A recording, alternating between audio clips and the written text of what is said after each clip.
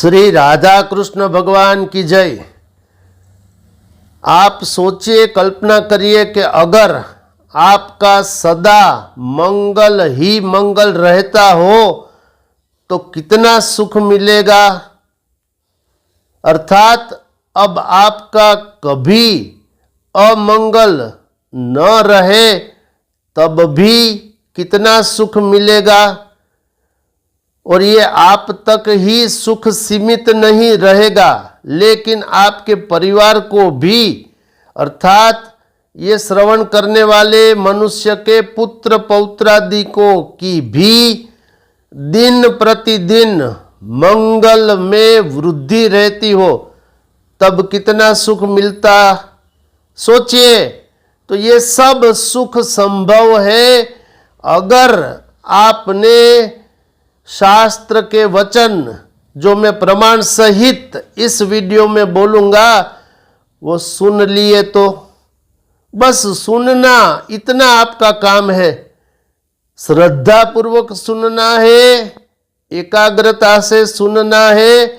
और ये सुनने में केवल 2-4 मिनट लगेंगे और ये सब फल मिलेगा।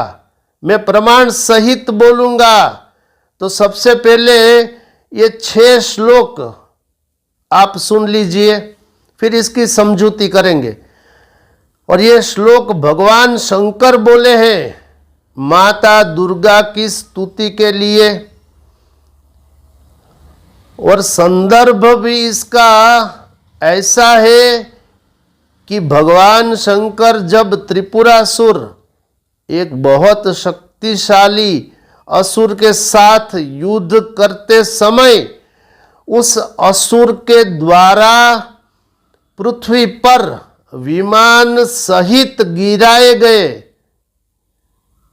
और घोर संकट में आ गए भगवान शंकर, तब भगवान ब्रह्मा और भगवान विष्णु ने भगवान शंकर को माता दुर्गा की स्तुति के लिए प्रेरणा अर्पण की। तब भगवान शंकर ने दुर्गा जी की जो स्तुति की, वो स्तुति 6 श्लोक की है केवल, और सुनने मात्र का ये फल है जो मैंने इस वीडियो के प्रारंभ में ही बोल दिया। सदा मंगल रहेगा, अब कभी अमंगल नहीं रहेगा, और पुत्र पौत्रादि को की भी दिन प्रतिदिन मंगल में वृद्धि रहेगी। अर्थात सुनने वालों के लिए सब प्रकार से लाभ ही लाभ प्राप्त हो जाएगा, मंगल ही मंगल होगा। आइए अब हम सुनते हैं भगवान शंकर कृत मंगल चंडिका स्तोत्र। स्तोत्र सुनिए, 6 श्लोक वाला। भगवान शंकर बोले, अब यहां से शास्त्र के वचन प्रारंभ।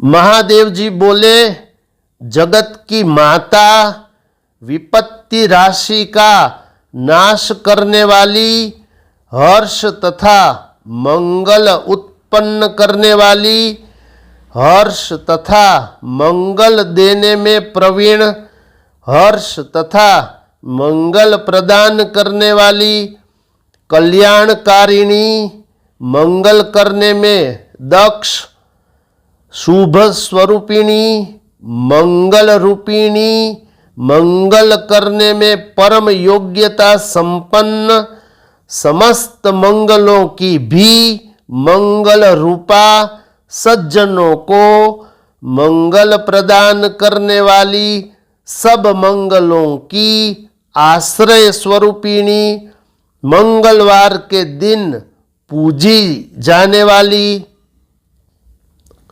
मंगल ग्रह की अभीष्ट देवी, मनुवंश में उत्पन्न राजा मंगल के लिए सदा पूजनीया, मंगल की अधिष्ठात्री देवी, मंगलों के लिए भी मंगल, संसार के समस्त मंगलों की आधार स्वरूपा,